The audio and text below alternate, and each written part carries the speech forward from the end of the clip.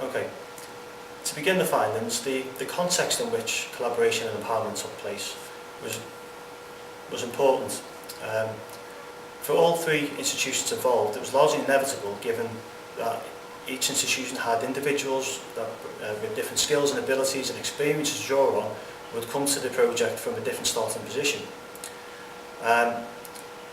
For instance, Central St Martin's students, given their role on their master's degree programme, and they brought forward their previous education, their previous skills, largely around project management to the table.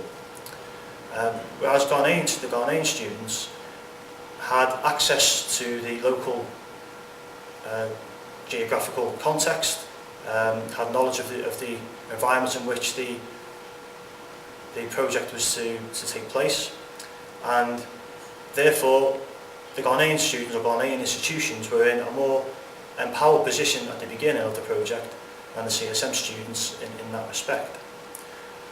But one thing that did empower CSM students relatively more than the Ghanaian institutions was the access to and availability of communicative resources such as technology, computers, internet and so on, particularly in conjunction with, in comparison with University for Development Studies, as we'll come to see as we go through. Okay. Another factor in terms of the context for collaboration and empowerment was the different status of the students in terms of their involvement in the project. Students from Central St Martin's were undertaking their project as a piece of their academic work contributing to their master's degree programme. Students in the University of Ghana were undertaking the project purely voluntarily and also had to continue to undertake their normal studies at the same time. Students from University of Development Studies were expected to be involved in the project primarily within their third trimester field practical programme, but also were expected to be involved voluntarily before they went out into the communities as part of that programme. This did present some challenges for the students, especially the Ghanaian students who were expected to be involved voluntarily. Some of them struggled to find the time to effectively contribute to the project, whereas for the CSM students this was a full-time project. There was also difficulties because of the timescales of the project. The CSM students had 6 weeks to conduct and undertake and complete their academic piece of work, and this was considered too short a time by many students to actually undergo a thorough process of equipment proposal development. There was also a problem with the misalignment of timescales between the different universities, especially given that the third trimester programme in University for Development Studies actually started after the CSM students had finished their projects, and this had implications for the effectiveness of the collaboration between the students in these two institutions. In terms of the findings of our evaluation in respect of collaboration and effectiveness of collaboration, what we did identify were there was a variety of stakeholders who were expected to collaborate within the project. International Development Through Sport obviously instigated the sport project, but the collaboration was mainly supposed to occur between the staff and students of the 3 universities in the UK and Ghana. And those stakeholders had different aspirations for the project from the outset. Staff, especially from each of the 3 universities, emphasised the benefits that they hoped the involvement in the project would have for the development of their students and their building of skills and experiences amongst their students. A number of students, on the other hand, emphasised that they felt and hoped that the project would have a positive impact on the development of sport and the contribution of sport to development in Ghana. Now, the fact that different people held different aspirations and aims for the project wasn't necessarily a problem, but one of the issues that was identified in the evaluation and was considered problematic by the people that we spoke to was a lack of common or shared understanding between all the stakeholders and the staff and students about what the overall purpose of the project was and how the project was to be undertaken. by the students in Ghana and in the UK. And this was strongly raised with us as an issue by students, but also by some staff in the Ghanaian universities. There had been contact and communication between the staff and the universities at the outset of the project, and in fact 2 representatives of Central St Martin's travelled to Ghana to talk with their Ghanaian colleagues about the project and discuss the project before it started.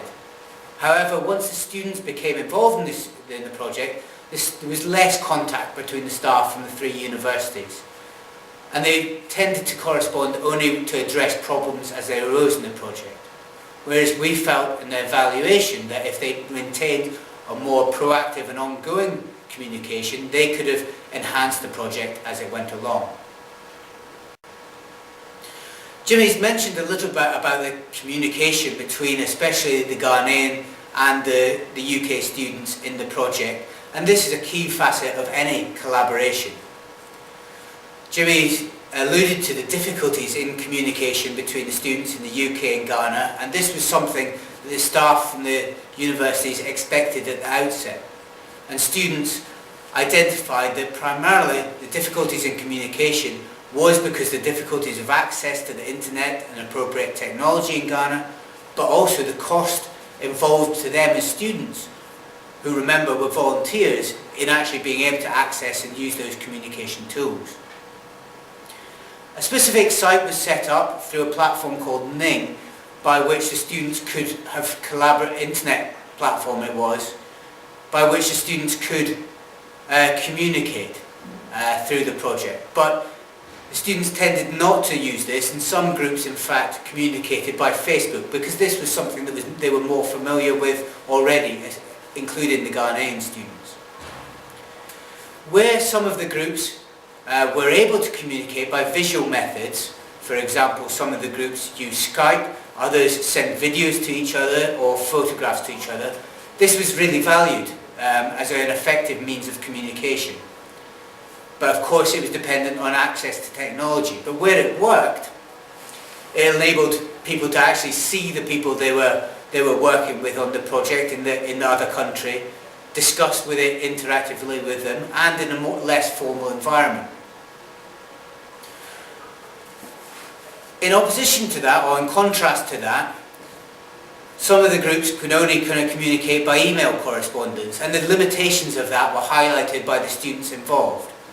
They perhaps said that the depth of interaction by email wasn't as good as it could have been, and also the fact that there was gaps in correspondence. They didn't necessarily get immediate responses to emails, meant that kind of delays were built into the email process as well, which were problematic, especially given the short timescales involved.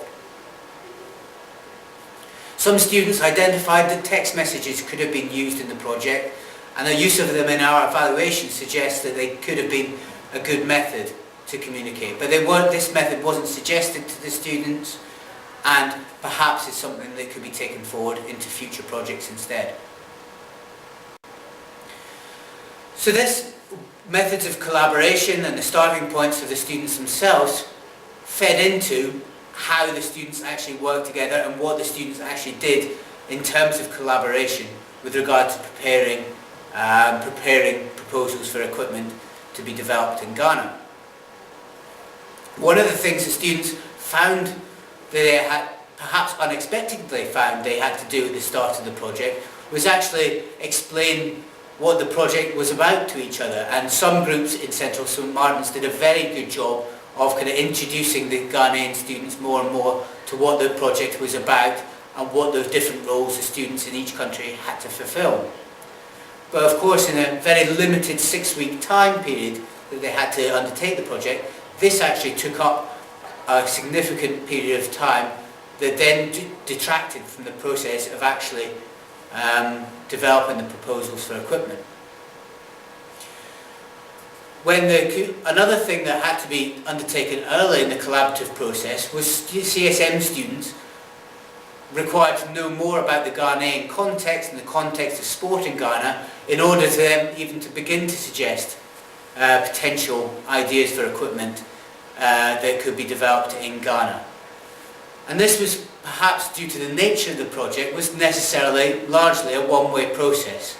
It was described by one of the students as a process of fishing for information from their Ghanaian counterpoints. And it was only in some projects where it was a more two-way process at this stage, with some of the groups providing reciprocal information to their Ghanaian colleagues. But in other groups where this didn't occur, this was to an extent a source of frustration. It was a one-way process for the Ghanaian to the Central St Martin students. Once they moved on to actually beginning to think about the design and the proposals for their design for sports equipment, the students did recognise that ideally they would have had a preference for actually really working together on a joint process of design of the equipment proposals involving both the Ghanaian and the UK students equally. However, the constraints of the project in terms of communication and in terms of time meant that in reality what happened was more a process of equipment proposal design led by the CSM students, or largely undertaken independently by the CSM students, in which the Ghanaian students might have inputted some suggestions or provided some feedback on initial proposals suggested by the CSM students. And so it was, again, slightly one-sided process of proposal development, when in fact perhaps a more reciprocal process would have been desired and would have been more equitable and fair and appropriate for the project itself.